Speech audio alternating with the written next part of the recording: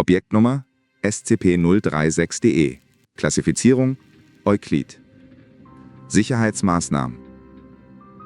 Um SCP-036-DE herum wurde Außenposten DE 5036 errichtet, um seine Überwachung und Erforschung zu ermöglichen. Mit Ausnahme der Gießhalle darf während eines Gießereignisses kein Teil von SCP-036-DE betreten werden. Alle Personen, die sich beim Start eines Gießereignisses in SCP-036-DE befinden, werden als verstorben betrachtet, bis das Gießereignis abgeschlossen wurde. Erst danach darf ein Expeditionsteam versuchen, die vermissten Personen zu extrahieren oder ihre Überreste zu bergen. Jedes während eines Gießereignisses produzierte Material muss in den dafür vorgesehenen Gussformen aufgefangen und mit Videokameras, Dosisleistungsmessgeräten und Temperaturmesssensoren überwacht werden. Diese Überwachung ist fortzuführen, bis 6 Stunden nach dem Abkühlen vergangen sind. Danach kann das Material mit der dafür vorgesehenen Transporteinrichtung in eine geeignete Lagereinrichtung zur weiteren Untersuchung transportiert werden. Außenposten DE 5036 verfügt zu diesem Zweck über eine Standardlagerhalle, eine Lagereinrichtung für radioaktive Materialien, ein Munitionslager, mehrere Paraffinölbäder und eine Foundation-Hochsicherheitslagereinheit. Sollte sich das Material nach dem Erkalten spontan entzünden, sind die Feuer mit Metallbrandlöschpulver zu löschen. Sollten vor dem Abtransport andere gefährliche Eigenschaften festgestellt werden, muss das Material in der Gießhalle verbleiben, bis eine geeignete Eindämmung ausgeführt werden kann. Jeder Schaden, der SCP-036-DE zugefügt wird, muss wenn möglich repariert werden. Beschreibung. SCP-036-DE ist ein Eisenwerk in der Nähe von SCP-036-DE wurde stark modifiziert, um nicht nur die Verhüttung von Eisen, sondern auch anderen Metallen zu ermöglichen. Weiterhin ist SCP-036-DE durch diese Modifikationen in der Lage, verschiedene Metallsorten zu produzieren. Das Innere von SCP-036-DE fasst ein wesentlich größeres Volumen, als ihm aufgrund seiner Größe möglich sein sollte. Es war bis jetzt unmöglich, SCP-036-DE in seiner Gesamtheit sinnvoll zu kartografieren, zum einen, weil die Struktur noch nicht vollständig erkundet wurde, und zum anderen, weil ihr innerer Aufbau nicht mit der euklidischen Geometrie vereinbar ist. Beispielsweise führen Verbindungswege zwischen einzelnen Hallen nicht in direkt nebeneinander liegende Räumlichkeiten, und es ist teilweise möglich, auf den Wänden und an der Decke von Hallen zu laufen, ohne den Einfluss der Erdgravitation zu spüren. Insgesamt wurden bisher Hallen entdeckt. SCP-036-DE verfügt über eine Vielzahl verschiedener Öfen. Einige davon konnten als Hochöfen identifiziert werden, doch der überwiegende Anteil von ihnen wurde noch nicht vollständig ihrem jeweiligen Zweck zugeordnet.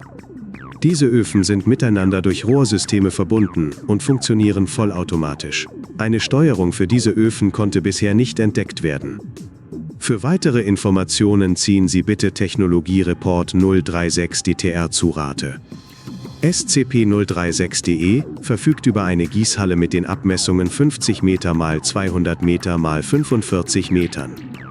Diese Gießhalle besteht aus denselben Baumaterialien wie der Rest der Einrichtung, allerdings verschwindet jede Form der Kontamination in einer ungewöhnlich kurzen Zeit, egal ob sie durch radioaktive Materialien, Giftstoffe, Krankheitserreger O.A. erzeugt wurde. Besagte Kontamination wird von den Wänden der Gießhalle außerdem vollständig abgeschirmt. Dieser Effekt bleibt bestehen, solange die Gießhalle intakt bleibt und kann im Falle einer Beschädigung durch Reparieren der Schäden wiederhergestellt werden.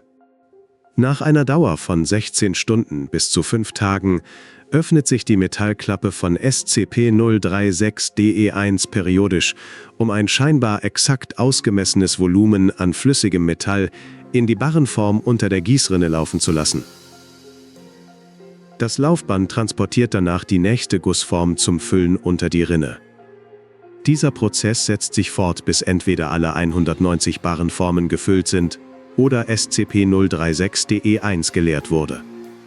Im Moment wird untersucht, woher SCP-036-DE die Elektrizität für seine Gießereignisse bezieht. Allerdings deutet alles darauf hin, dass sich die Stromquelle im Inneren der Einrichtung befindet. Bis jetzt konnte kein Muster erkannt werden, um vorauszusagen, welches Metall SCP-036-DE als nächstes produziert. Es ist anscheinend in der Lage, jede Legierung und jedes Metall in Reinform herzustellen und seinen Erzeugnissen mitunter anomale Eigenschaften zu verleihen. Es wurde sogar festgestellt, dass SCP-036-DE Metalle produzieren kann, die man normalerweise durch bloßes Gießen nicht erhält, wie etwa Walz- oder randgehärtete Stähle. Weiterhin kann es mit Legierungen auch nicht metallische Elemente produzieren, solange es sich dabei um nutzbringende Legierungselemente für Metalle handelt, wie etwa Kohlenstoff und Stickstoff. Unabhängig von Bestandteilen, Bearbeitungszustand, anomalen Eigenschaften oder Schmelztemperatur, wird sich jedoch jedes Metall wie geschmolzenes Eisen verhalten, wenn es SCP-036-DE1 verlässt. Sobald diese Flüssigkeit aber vollständig abgekühlt ist, manifestieren sich die normalen Eigenschaften des Materials, und es verhält sich auch in flüssiger Form so, wie man es vom jeweiligen Material erwarten würde. Log der bisher produzierten Metalle. Produziertes Metall. Roses Metall. Bestandteile 52% Bismut, 27% Blei, 21% Zinn. Anomale Eigenschaften, keine. Bemerkungen, wurde eingelagert. Produziertes Metall. Hartblei. Bestandteile 91% Blei, 8,9% Antimon, 0,1% Kupfer. Anomale Eigenschaften, keine. Bemerkungen, wurde eingelagert. Produziertes Metall. Vergütungsstahl, C22. Bestandteile 99,7% Eisen, 0,2% Kohlenstoff, 0,1% Chrom. Anomale Eigenschaften, keine. Bemerkungen, dieser Stahl war randgehärtet und damit die erste von SCP-036-DE produzierte Legierung, die sich normalerweise nicht durch bloßes Gießen herstellen lässt. Wurde eingelagert. Produziertes Metall, Konstantan. Bestandteile 56% Kupfer, 43% Nickel, 0,7% Mangan, 0,3% Eisen. Anomale Eigenschaften. Beginnt bei Erreichen von Temperaturen von über 231 Grad Celsius elektrische Energie zu erzeugen. Bemerkungen. Wurde eingelagert. Das Phänomen der Stromerzeugung wird momentan erforscht. Produziertes Metall. Plutonium. Bestandteile 100% Plutonium. Anomale Eigenschaften, keine. Bemerkungen. Das Material erwies sich als waffenfähig und wurde zur sicheren Verwahrung nachzensiert transportiert. Dies war das erste Mal, dass SCP-036-DE ein radioaktives Material produziert hat. Produziertes Metall, Rottombak. Bestandteile 91% Kupfer, 9% Zink. Anomale Eigenschaften, keine. Bemerkungen. Material besaß eine Struktur, die man normalerweise nur durch Pressen erhält. Wurde eingelagert. Produziertes Metall, unbekannt. Bestandteile, unbekannt. Anomale Eigenschaften, unbekannt. Bemerkungen. SCP-036-DE1 gab bei diesem Gießereignis nur ca. 50 ml flüssiges Metall aus, bevor sich die Anlage wieder deaktivierte. Nachdem das Metall erkaltet war, brach das Laufband unter seiner Gussform zusammen, und besagte Gussform drehte sich beim Herunterfallen um. Das Metall konnte nicht geborgen werden, allerdings fand man unter der Barrenform ein etwa 2 cm durchmessendes Loch im Boden. Seine genaue Tiefe konnte nicht ermittelt werden, da es nach 15 Metern durch nachgerutschtes Erdreich wieder zugeschüttet worden war. Es wird vermutet, dass das hergestellte Metall eine extrem hohe Dichte besaß. Das Laufband wurde repariert und das Loch im Boden wurde versiegelt. Produziertes Metall, Cäsiumamalgam. Bestandteile 65% Quecksilber, 35% Cäsium. Anomale Eigenschaften, keine. Bemerkungen. Das Metall entzündete sich nach dem Abkühlen sofort mit einer hellblauen Flamme. Standortleiter Dr. Holzmann hatte mit einem solchen Fall gerechnet und daher Metallbrandlöscher und Paraffinwachs vor Ort gelagert. 2 Mitarbeiter wurden mit Schutzausrüstung und Löschutensilien in die Gießhalle geschickt und löschten den Brand. Beide wurden danach wegen leichter Quecksilbervergiftung behandelt.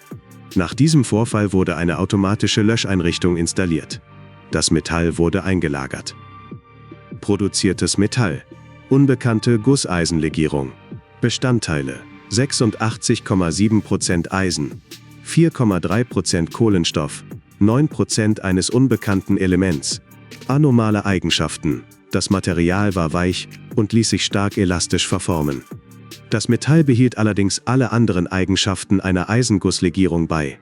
Bemerkungen: Im Moment wird versucht, das unbekannte Element zu isolieren. Allerdings bildet es bei jedem Versuch, es vom Rest der Bestandteile zu trennen mit Eisen, eine chemische Verbindung, die sich bisher nicht aufspalten ließ. Produziertes Metall: Kaltarbeitswerkzeugstahl, 75 Cr Erste. Bestandteile: 98,3% Eisen, 0,71% Kohlenstoff, 0,62% Mangan, 0,37% Chrom. Anomale Eigenschaften: keine. Bemerkungen: Der Stahl befand sich im gewalzten Zustand, wurde eingelagert. Produziertes Metall: Gold. Bestandteile: 100% Gold. Anomale Eigenschaften: Transmutiert sich beim Versuch, es gegen etwas anderes einzutauschen, sofort zu Aluminium. Bemerkungen: 2 Barren wurden unbemerkt von Dr. Barth entwendet. Als er versuchte, diese gegen Bargeld einzutauschen, aktivierte sich der anomale Effekt des Materials. Die dabei frei werdende Strahlung tötete alle Personen im Raum. Das Metall wurde eingelagert. Produziertes Metall: unbekannt. Bestandteile: Wasserstoff, Natrium, Arsen, Anteile unbekannt. Anomale Eigenschaften: unbekannt. Bemerkungen: Das Metall explodierte sofort nach dem Abkühlen und zerstörte dabei einen Teil der Gießhalle. Dabei gelangten große Mengen Arsen in die Luft. Alle Kräfte der Foundation zogen sich in die Gebäude des Standorts zurück, bis die Arsenkonzentration wieder auf ein akzeptables Minimum gesunken war. Für umgebende Siedlungen unpunktzensiert, wurde eine Störfallwarnung herausgegeben. Die Reparatur der Gießhalle und sämtlicher Technik darin wurde begonnen. Produziertes Metall: Kupfer. Bestandteile: 100% Kupfer. Anomale Eigenschaften: keine. Bemerkungen: Das Gießereignis begann noch während der Reparaturarbeiten an SCP-036-DE. SCP-036-DE-1 begann nach einer Weile ohne aufzuhören flüssiges Metall auszugeben. Agent Potemkin kam schließlich auf die Idee, die Barrenformen unter die Gießrinne zu transportieren und diese volllaufen zu lassen, da das Laufband noch nicht funktionsfähig war. Nachdem alle Barrenformen gefüllt worden waren, stellte SCP-036-DE-1 die Ausgabe ein. Dies war das erste Mal, dass SCP-036-DE-1 deutlich mehr Material ausgegeben hat, als die Barrenformen fassen können. Durch die vom Metall ausgehende Wärme erlitten 15 Mitarbeiter Hitzeschläge und/oder Verbrennungen und mussten ärztlich behandelt werden. Das erstarrte Kupfer wurde anschließend entfernt und zusammen mit dem Rest des Metalls eingelagert. Die Reparaturarbeiten an der Gießhalle und sämtlicher Technik darin wurde rechtzeitig zum nächsten Gießereignis fertiggestellt. Produziertes Metall: Vitalium. Bestandteile: 60% Kobalt, 27% Molybdän, 13% Chrom. Anomale Eigenschaften: Sämtliches Personal in der Nähe des Metalls gab an, sich plötzlich gesünder zu fühlen. Keine Veränderung des Gesundheitszustands einzelner Personen wurden festgestellt. Bemerkungen: Wurde eingelagert. Produziertes Metall: unbekannt. Bestandteile: unbekannt. Das Metall bestand aus Radium und Radon. Anomale Eigenschaften: unbekannt. Bemerkungen: Sofort nach dem Abkühlen wurden extreme Mengen an radioaktiver Strahlung freigesetzt, und das Metall in den Gießformen begann erneut zu glühen. Der Messbereich aller Strahlungsmessgeräte in der Gießhalle wurde überschritten, woraus folgt, dass die frei gewordene Strahlung die Energiedosis von 10 kGy überschritten hat. Die Strahlenkontamination breitete sich außerhalb der Gießhalle nicht aus und verschwand nach 3 Tagen wieder. Produziertes Metall: Daten gelöscht. Bestandteile: Daten gelöscht. Anomale Eigenschaften: Daten gelöscht. Bemerkungen: Daten gelöscht durch den Einsatz einer MTF schließlich neutralisiert werden. Bis auf SCP-036-DE-1 musste die Gießhalle und sämtliche Technik darin von Grund auf neu aufgebaut werden. Produziertes Metall: Zirconium. Bestandteile: 100% Zirconium. Anomale Eigenschaften: Gibt beim Darüberstreichen verschiedene Stücke klassischer Musik von sich. Bemerkungen: Das Gießereignis fand noch während des Wiederaufbaus der Gießhalle statt. Allerdings war das Laufband als erstes instand gesetzt worden, daher gab es keinen Zwischenfall während des Ereignisses. Während der letzten Monate ist mir aufgefallen, dass SCP-036-DE zunehmend gefährliche Materialien produziert. Wir sollten die Erkundung seines inneren Aufbaus vorantreiben, um herauszufinden, ob es so etwas wie einen Ausschalter gibt. So wie die Dinge stehen, ist es nur eine Frage der Zeit, bis SCP-036-DE etwas ausgibt, das es vollständig von der Bildfläche fegt. Gegeben der Tatsache, dass seine inneren Dimensionen größer als seine äußeren sind, mag ich mir nicht ausmalen, was danach mit der lokalen Raumzeit passiert, wenn diese Eisenhüte es schafft, sich selbst zu vernichten. Dr. Holzmann, Leiter von Außenposten.de 5036